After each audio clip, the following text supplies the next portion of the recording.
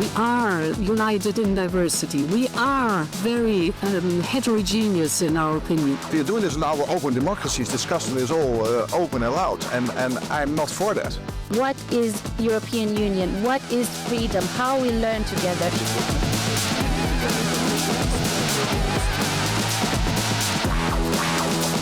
The obvious question is, what is the EU doing? What is our plan?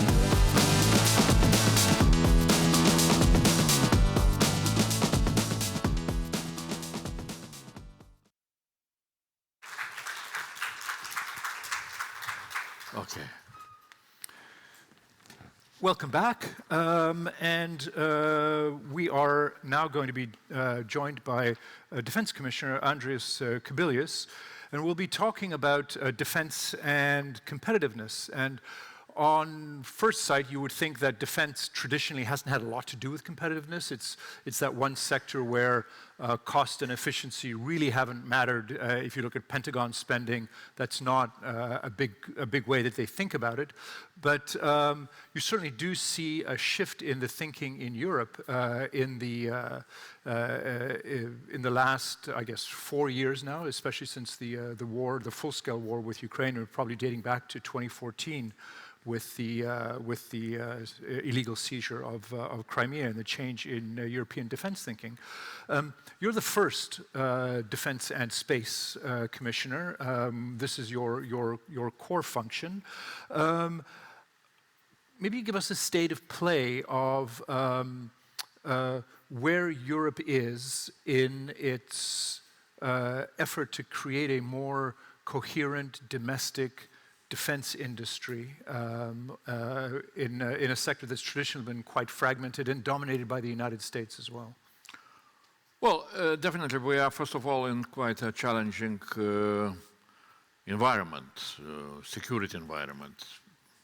It's even not just challenging, it's threatening sometimes, like Russian war against Ukraine and predictions that Russia can start aggression against EU or NATO member states, now Iran and Middle East.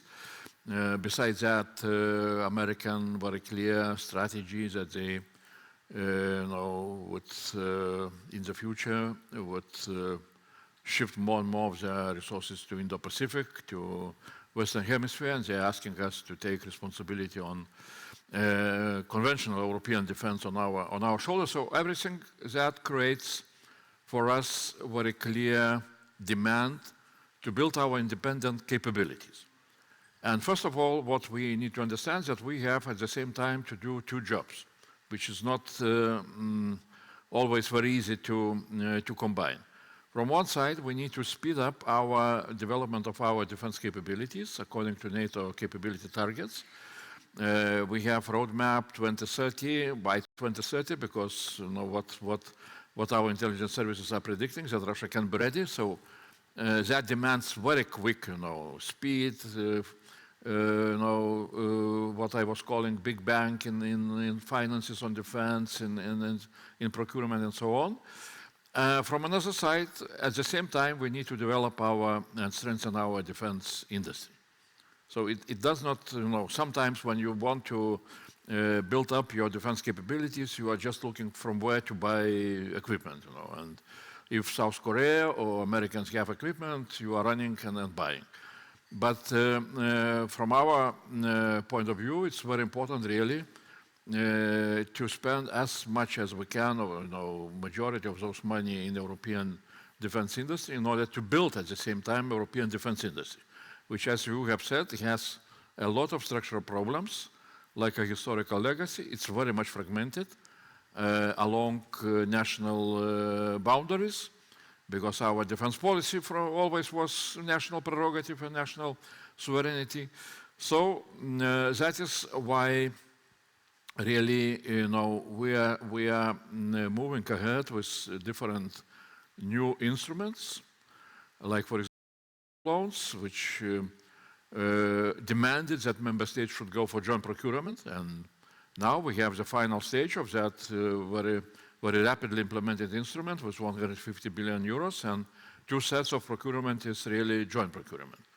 Now we are starting new new program which became operational since the beginning of the year, so-called EDIP program, European Defense Industry Program, which again has a lot of new instruments to support the efforts to make everything what is needed in order to help industries to defragment, to go together, to develop projects, to go for joint procurement and so on. So we are in some way, we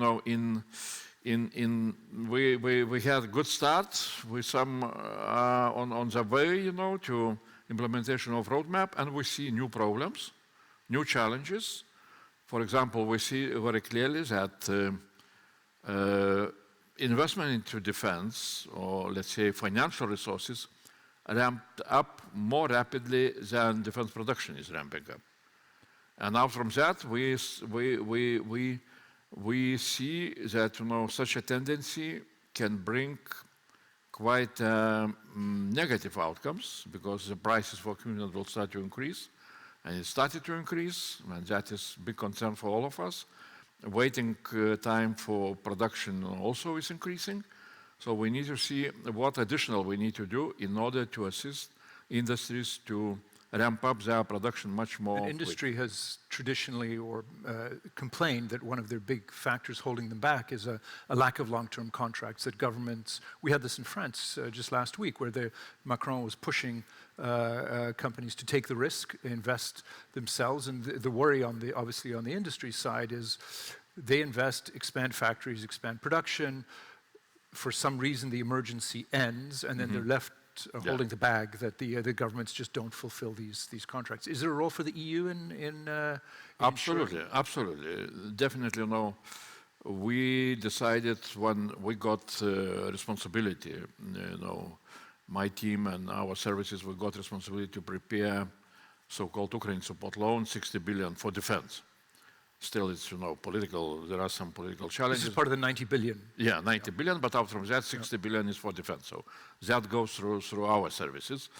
So, and then we talked with Ukrainians what will be their strategic priorities. They said artillery 155 ammunition extended range, 7 or 8 million drones, and then, of course, missiles. We decided, that missiles is the biggest problem, and we decided to go for what we call missile tour. And now, when we have time, we are traveling through different missile producers. And when we meet with them, of course, one of them, because we're asking, can you expand your production? Can you start to produce something new, like anti-ballistic missiles, European ones, because that is under very huge demand, and especially after Iran war, when those missiles were used in a huge quantities by Gulf countries, by American troops. So their answer always is very similar. Of course, they are increasing their production, but one of the obstacles is that they do not see this, what they call long-term visibility. What really will be long-term demand, where are long-term contracts? And that is an issue, that is a problem. Besides other problems, like, for example, now we are on the final stages of simplification omnibus, when we hope that we shall manage to agree with co-legislators on very revolutionary proposals from our side that permits for defense industry expansion, if they want to build new facilities, should go down for 60 days. And then it sort of becomes automatic if there's no objection. Yeah. So now it's in some countries, like, at least we were told that in France it can take 4 years. And is there a national objection to this idea, or where are you running into? Now we have trialogue. Yesterday we had trialogue today. So So what's your temperature take after the trialogue? My temperature is that really, I hope that we shall manage to achieve exactly this, common language on permits. Exactly yesterday we were discussing. That's my hope, because it's an essential point in all the simplification. But additionally, what we see also, when industries are speaking about long-term visibility, we see possibility to use a new program, EDIP, because it provides several things which can bring this long-term visibility. For example, member states can go into joint exercise to start to build what we call defense readiness stockpiles. And that would be exactly what can bring something additional, because if we shall have an agreement, or member states will have an agreement that they need to have stockpiles of missiles, of ammunition, for whatever, for 30 days, I don't know what will be military advice, that could be really that could create this stable and long-term demand. Which would help the companies then make the investment.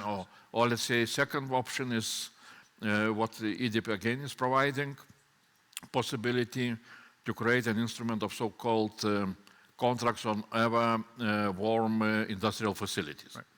That governments or European Commission can have an agreement with the industries that they should keep possibilities to search their production in a very rapid way, which is not used during peacetime, but if the DX is coming, they are able, very quickly to convert it into wartime. Immediately, and that is what is paid, during his peacetime, in order to keep those possibilities, available. Now, we talked a bit before this panel about the Americans don't seem thrilled with they've been badgering Europe for decades to spend more on defense. Now that it's starting to happen, we had a letter from 2 American ambassadors in Politico complaining about the bi-European provisions and the limits to non-member countries in programs like SAFE and EDIP. So what's your response to that? Is that a fair complaint on the part of the Americans? Well, I understand that, everybody wants that their products should be, continue to be bought. Well, but in general, first of all, our governments are still buying quite a lot from the United States because simply, for the time being, European industry is not producing. And at least the last numbers were that our procurement from the United States is around 40%. It was higher. It was over 50 before. Yeah, it was. Yeah, now it's a little bit lower, but the tendency maybe goes slowly down. But we need to compare Americans, which have, they have Buy American, very clear system, and they are procuring only 1% from European defense industry in all their, what they are procuring. So it's, the numbers are speaking here very clearly. Second, definitely, Defense Secretary or now War Secretary Hexet was speaking very, very clearly that they want Europe to be ready to take responsibility on conventional defense on our shoulders, and that is why Europe needs to strengthen its defense industry. That is what we are ready to do. We are doing that, And the last point is where again I am repeating also to American administration that they need to remember that the biggest amount of defense spending comes from national defense spending, which is totally not regulated in Europe. We can incentivize using European Union level programs like SAFE or EDIP, we can incentivize member states to spend their money more for European production, but member states, have all the possibilities to decide by themselves where they will spend the bulk of their, defense spending. And the difference in between of national defense spending and what EU is, is providing or is going to provide, for example, during the next 10 years, the difference will be 100 times more. 100 times more. Yeah, will be spent on national defense spending. Right. So, So the Americans don't have much to complain about. Yes. Now, the story of the moment is the war in Iran. How worried are you that the surge in air defense and other equipment that the Americans are pumping into the Gulf, what will that mean for Europe and more particularly for Ukraine, for European efforts to finance these crucial weapons for the Ukrainians? I said that even it was still maybe a few weeks before the war in Iran started, we decided that we shall go for this missile tour because Ukrainians really need them very much. And now with Iran war, of course, that challenge is becoming much bigger. And it's additional evidence why we need to build our own production capacities, because the number speaks very clearly. Ukrainians, they calculated that last year they faced 2,000 missile attacks from Russian side. 900 of them were ballistic missiles. To fight ballistic missiles, Ukrainians usually use, Patriot systems. SAMTs, they have several of them, but not such a big, amount. Now, in Patriot system, at the very beginning of last year, effectiveness was around 40%, but Russians managed to modernize their ballistic missiles. Now they're able to change the trajectory, effectiveness went down. It means that, in order to shoot one ballistic missile, Russian ballistic missile, you need to use 2 or 3 even, so-called PAC-3 missiles or Patriot missiles. So Ukrainians need around of 2,000 or even maybe more annually of Patriot missiles. Now in Gulf, I saw New York Times publication that during the first 5 days, both Gulf countries and Americans used 800 Patriot missiles. The whole production at the moment in the United States, from public sources, you can have this number, is 750 per year. So arithmetic speaks very, very clearly. We need to develop our own, missile production. And so is this using European, like SAMT anti-ballistic missiles, or localized production of Patriots, which is the direction that they should? Yeah, there is some possibility to produce Patriot missiles, as we understand. In Germany, they have the license. But also, for example, Ukrainians, who are now very, very good in development of new products, including cruise missiles and so on, they started to speak that they are looking into possibility, maybe together with Europeans, to develop anti-ballistic missile systems, new ones. Now we hear also that in some cases, some industries, European industries, started to look into how to produce, cheaper but more massive production of anti-ballistic missiles. Again, I am not an expert, not an engineer of that sort, but what during all those, our missile tours, what we understood that really, perhaps we shall see this tendency going from haute couture production to good enough production. How Ukraine has sort of changed roles. It was, at the beginning of the war, desperate for help. Now it's got something to offer, very high-tech drone production, advanced systems, experience. How important is it for Europe to team up with Ukraine and take advantage of these Ukrainian skills that they've gained in the war? Well, I see that as a crucial, From one side, really, they have experience in how to innovate industry and to have some kind of, permanent ecosystem for innovation, like drones.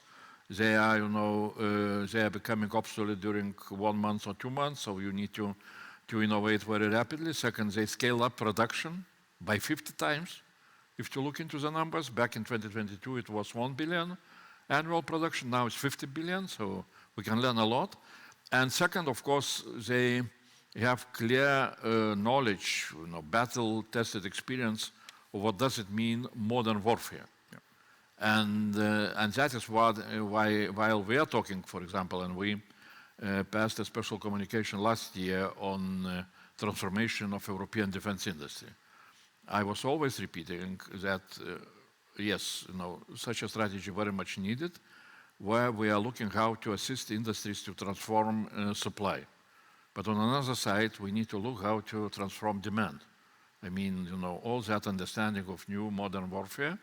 And that is why I see big possibilities for some of new instruments, which we started to implement, taking them from EDIP package, so-called European Defense Project of Common Interest, EDPCIs, in air defense, in drone defense, in several other areas.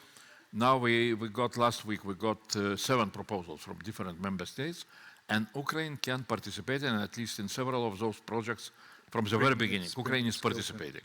And it means that, in development of the projects, we can have Ukraine, even taking almost leadership in helping us to develop the projects, for example, like in Eastern Flank Watch, which on those frontier countries, where they need to learn very quickly how to build drone defense capabilities, how to have ground defense capabilities, which Ukrainians learned during the war.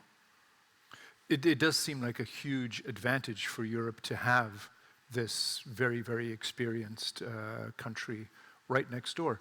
I'm afraid that we're running out of time, so maybe I'll ask one very, very short question at the very end. You used to be Lithuania's prime minister.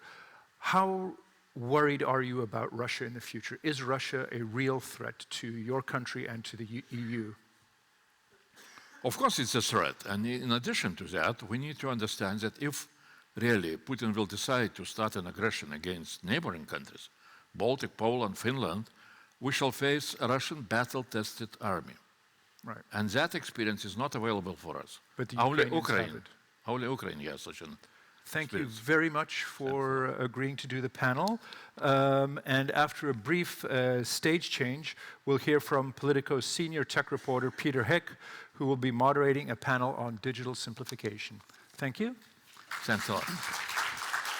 Okay, good.